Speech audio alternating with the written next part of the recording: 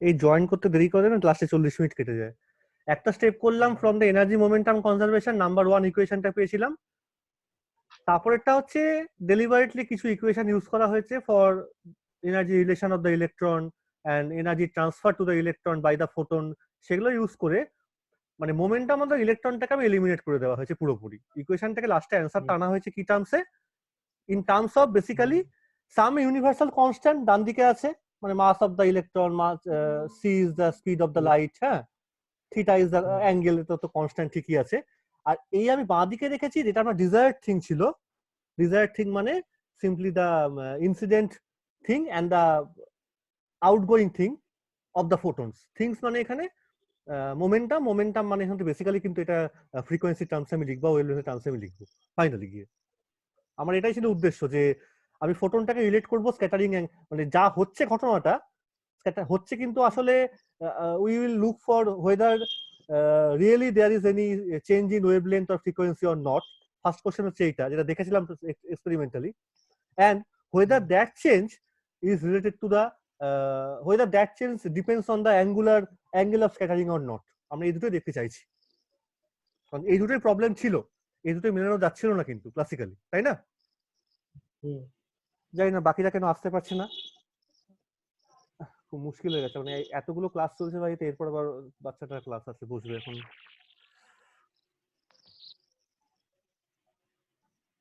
বোর্ডটাকে একটু স্টেডি করে নি।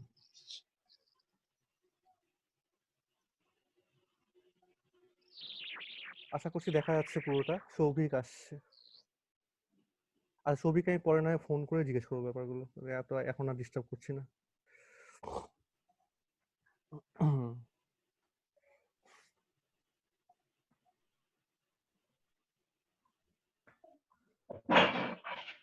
হ্যাঁ সৌভিক, শোনা যাচ্ছে?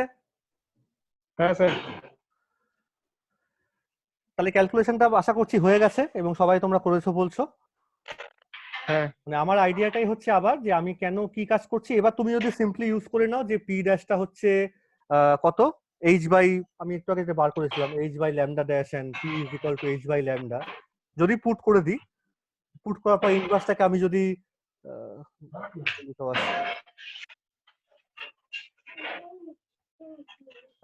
যদি আমি এবার in terms of lambda এটাকে এক্সপ্রেস করি, then we will found out that lambda dash minus lambda, তুমি এইচটাকে ওদিকে নিয়ে যাচ্ছ, খুব কথা হচ্ছে কিন্তু ওদিকে, হ্যাঁ একটু আস্তে কথা বলো, আমি আর কিছু বন্ধ বন্ধ করতে পারছি না এই মোমেন্টে। m0 is c into 1 minus cos theta. This is the final relation that we will find out. এটা আসবেই।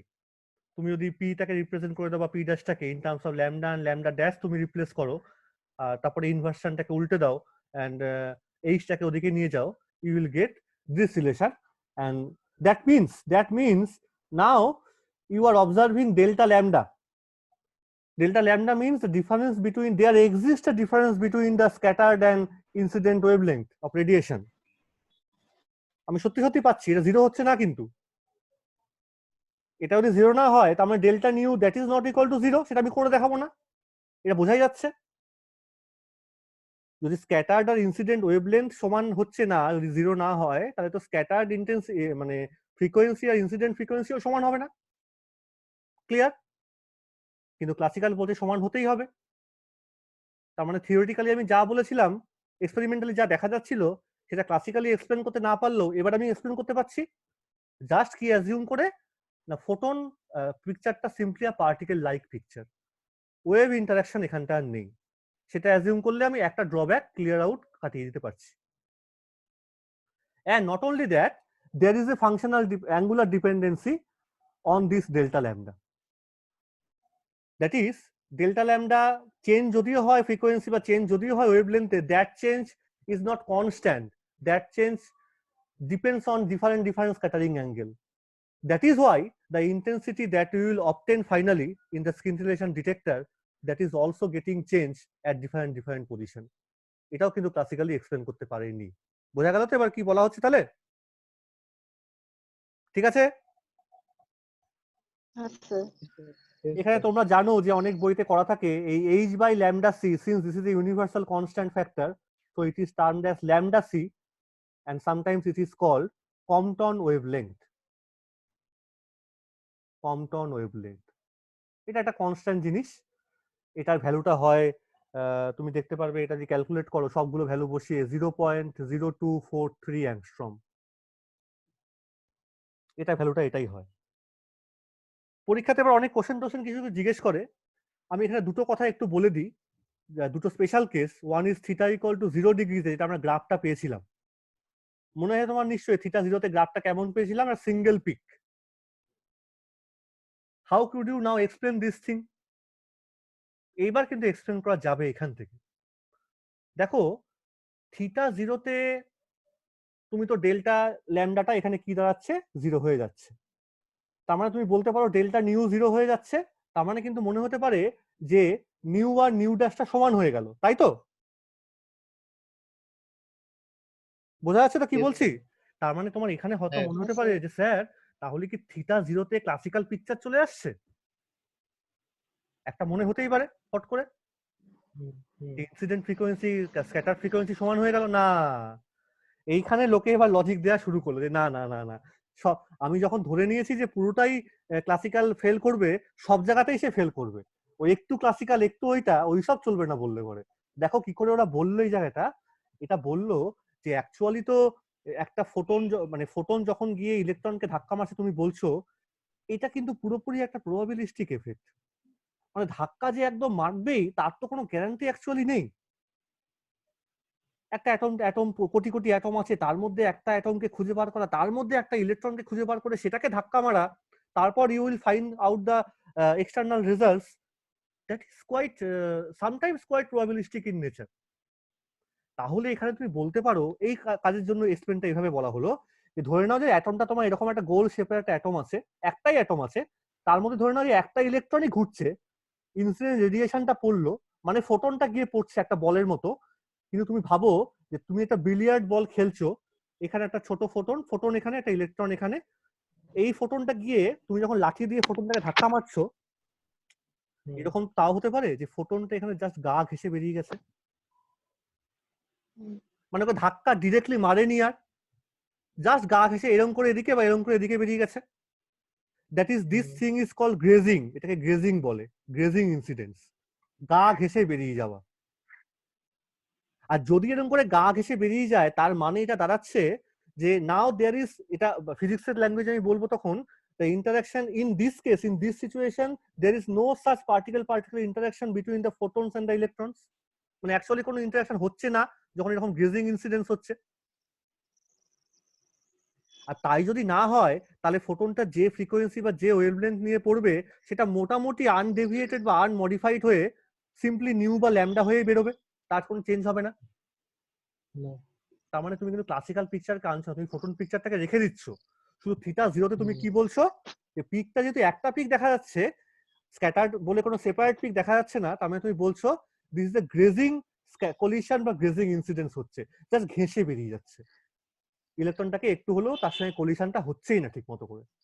ঠিক আছে, এটা বোঝানোর জন্য কোনো ইম্পর্টেন্ট পয়েন্ট এটা একটা, এই কেসটা। আর একটা কথা বলে রাখবে, যদি মনে করো থিটাটা 180 ডিগ্রি, আমি দুটো এক্সট্রিম কেস বলছি, থিটা 180 ডিগ্রি, তাহলে কত হবে বলতো delta lambda? 2 lambda c, lambda delta lambda 2 lambda c. Sorry, Lambda দেখা যাচ্ছে তো? হ্যাঁ, ডেল্টা ল্যামডা তাহলে হচ্ছে 2 ল্যামডা, আমি 2 যদি ওই lambda টার্মসে করি, তাহলে this is the maximum, this is maximum. maximum হচ্ছে, হ্যাঁ, এটার মানে হচ্ছে, দেখো থিটা 180 ডিগ্রি, এই কথাটার মানে কিন্তু মনে রাখবে হেড অন কলিশন এখানটা হচ্ছে, ব্যাক স্ক্যাটারিং। একদম ধাক্কা মারছে, ধাক্কা মেরে আবার ফিরে আসছে, মানে বলকে বলে ছুঁড়ে যেমন হাতে তোমার চলে আসে। কিন্তু প্রবলেমটা হলো তুমি এটাকে ডিটেক্ট করতে সেভাবে পারবে না, কেন বললাম, যদি একদম ধাক্কা মেরে ব্যাক চলে আসে, তোমার কাছে সোর্সও এখানে আছে, তোমার ওইটাও ব্যাক করে আসলো, দুটোর সঙ্গে দুটোতে বা সুপার ইম্পোজ করে যা ইচ্ছা খুশি হতে পারে। হুম, অর্থাৎ তুমি ডিটেক্টরটাকে এখানে রাখো বা ক্রিস্টালটাকে এখানে রাখো, তুমি কোনটার এফেক্ট অ্যাকচুয়ালি পাচ্ছ তুমি বুঝতেই পারবে না, তোমার যেন মনে হবে যে ইনসিডেন্ট এফেক্টটাই তুমি পাচ্ছ খুঁজে। ওই জন্য লোকে ওই 0, 45, 90, 180, 0টা তো এমনি করে ফেলেছিল সোজা বসানো, 135 অব্দি করার পর থেমে গেছিল, আর বেশি দূর যায়নি। সো হোয়াট এভার মেবি, আমরা যে বেসিক্যালি কথাটা বলতে চাইছিলাম যে ক্লাসিক্যাল জিনিস নিয়ে এটা ডিসকাস করা যাচ্ছিল না, আবার কিন্তু সেটাই এস্টাবলিশ হলো you have to bring the photon picture or the particle picture, basically এটা বলা ভালো, of radiation to explain the interaction of matter with radiation in case of Compton scattering also. আর সবচেয়ে মজার কথা, ফটোইলেকট্রিক এফেক্টে যেখানে আমরা রেডিয়েশন ফ্রিকোয়েন্সিটাকে খুব লোয়ের দিকে রেখেছিলাম, সেটা কিন্তু ফ্রিকোয়েন্সিটাকে বাড়িয়ে দিচ্ছি এবার আরো একটু বাড়ানোর পরও, মানে অনেক সময় সন্দেহ থাকতে পারে যে শুধু কি ইউভির জন্য সত্যি, কারণ ব্ল্যাক বডি রেডিয়েশন ও ইউভি ক্যাটাস্ট্রফি এসেছিল। তারপরে আমি রেডিয়েশনের সঙ্গে ম্যাটারের ইন্টারাকশনটা করাচ্ছিলাম ফটো ইলেকট্রিকে, সেখানেও ইউভি নিয়ে আসছিলাম। তখন লোকে এটাও ভেবেছিল যে আর এক ধাপ আমরা এগিয়ে দেখি না, দেখো তখন এটা সত্যি হচ্ছে, পার্টিকেল পিকচার লাগছেই তোমাকে এখানে। তাহলে এখানে দেখো আবার সেই কথাটা আসবে, হাই ফ্রিকোয়েন্সি যেখানে যেখানে বলেছিলাম না অনেকদিন আগেও পড়ানোর সময়, যেখানে যেখানে হাই ফ্রিকোয়েন্সি আসছে সেখানে পার্টিকেল পিকচার অফ রেডিয়েশন তোমাকে আনতেই হচ্ছে। ওই যে যখন আমি সিম্পল পেন্ডুলাম একটা এক্সাম্পল দিচ্ছিলাম, particle picture of radiation, Planck's law বলো, ফটোইলেকট্রিক এফেক্ট বলো, আর এখানে কম্পটন এফেক্ট বলো, ফ্রিকোয়েন্সি যেখানেই বেশি সেখানে you have to bring, you can't deal with the wave nature of the radiation, তোমাকে ওইটা নিয়ে কাজ করলে হবে না, ইউ ক্যানট, তখন তুমি এক্সপ্লেন করতে পারবে না যে ফেনোমেনা গুলো হবে। ওয়েভের ফ্রিকোয়েন্সি যখন খুব হাই, তখন যে ফেনোমেনা গুলো হবে চোখে তুমি দেখতে পাচ্ছ, সেটা তুমি ওয়েভ নেচার দিয়ে এক্সপ্লেন করতে পারবে না, তোমাকে কি লাগবে, এই পার্টিকেল নেচার লাগবে। এইটা হচ্ছে আসল কনক্লুশনের রিমার্কস।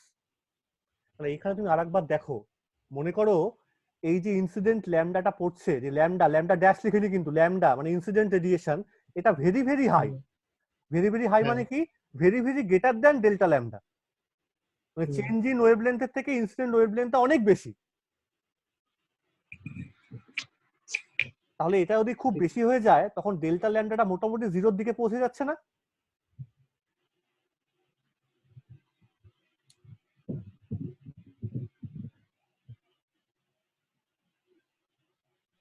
তুমি দেখো এটা চিন্তা ভাবনা করে, মানে সোজা কথা তুমি ডেল্টা ল্যামডা বাই ল্যামডা বার করছো, change in frequency, change in wavelength বা ইনসিডেন্ট ওয়েভলেন্থ, ধরো ইনটু 100% করছো, এরার বার করি না আমরা? এবার তুমি বলছো যে চেঞ্জ ইন ওয়েভলেন্থ মানে যেটা তুমি মেজার করছো সেটা ইনসিডেন্টের থেকে অনেক কম, অর্থাৎ উল্টো কথায় ইনসিডেন্ট ওয়েভলেন্থটা বিশাল হাই, তুমি একদম ধরো যে লাল আলো ফেলছো একদম চোখে দেখা যাচ্ছে, হ্যাঁ ইএম রেডিয়েশনে, বা ধরো মাইক্রোওয়েভ ফেলছো, বা ধরো তুমি রেডিও ওয়েভ ফেলছো, বলছো তুমি ধরে নে যে তোকে আমি একটা গ্রাফাইট ফয়েল দিলাম, তুই সামনে বসে গান কর, হ্যাঁ তুমি গান গাইছো রেডিওতে বসে, আর সামনে গ্রাফাইট ফয়েল ধরা আছে, ওদিকে ডিটেক্টর নিয়ে একজন বসে আছে, কিছু দেখবে? তখন তুমি কি পাচ্ছ, তখন তুমি ডেল্টা ল্যামডাটা যদি খুব ছোট হয়ে যায় ডেল্টার থেকে, তাহলে তো দিস দিস ফ্যাক্টর, যদি ল্যামডাটা খুব, মানে সোজা কথা এটা তুমি দেখো, এটা তুমি ভুলে যাও, ল্যামডা যদি খুব ছোট হয়, যদি নিচের ফ্যাক্টরটা ছোট হয়, তাহলে এই হোল ফ্যাক্টরটা is tends to zero, yes or no? যদি তোমার ল্যামডা খুব বড় হয়ে যায় হাই ওয়েভলেন্থের দিকে, তাহলে ডেল্টা ল্যামডা বাই ল্যামডা করলে পরে তুমি কি পাচ্ছ, very small quantity to be detect. তাই যদি হয় তাই তুমি এখান থেকে বলতে পারো ইফ ডিস্টেন্স টু জিরো, তার মানে এবার তুমি এটাকে উল্টো কথায় বলতে পারো যে তুমি তখন ডেল্টা ল্যামডাটাকে বলে দিচ্ছ যে এটা জিরো হয়ে যাচ্ছে, অ্যাকচুয়ালি তোমার ল্যামডা কিন্তু হাই, এটা অ্যাকচুয়ালি জিরোর দিকে নয়, কিন্তু ডেল্টা ল্যামডা জিরোর দিকে যাচ্ছে কোথায়, as per observation is concern, তোমার চোখে তখন ধরা পড়ছে না এই চেঞ্জ ইন ওয়েভলেন্থটা, এটা তখন এত ছোট হয়ে যাচ্ছে। আর যদি চেঞ্জ ইন ওয়েভলেন্থ ধরা না পড়ে, তখন তোমার, আর তুমি যদি কোয়ান্টাম ফিজিক্স একটু নাও পড়ে থাকো, একজন সাধারণ লেম্যান লোক এটা নিয়ে কাজ করে, তখনও বলবে ও তার মানে তো ক্লাসিক্যাল ফিজিক্স চলে আসলো, তার মানে সব থেকে সমান সমান জিনিসপত্র পাবো, চেঞ্জ ইন ওয়েভলেন্থ তো হচ্ছেই না। হ্যাঁ এটা তার ফল্ট, বা তারও ফল্ট আমি বলবো না, ফল্ট হচ্ছে আমাদের ইনভেস্টিগেশন প্রসিডিওরের। কারণ আমি আগেও বলেছিলাম কোয়ান্টাম এফেক্ট বা এই যে প্ল্যাঙ্কের এফেক্ট,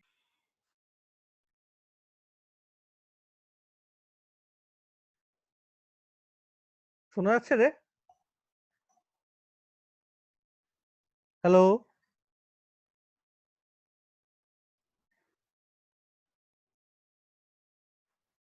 হ্যালো?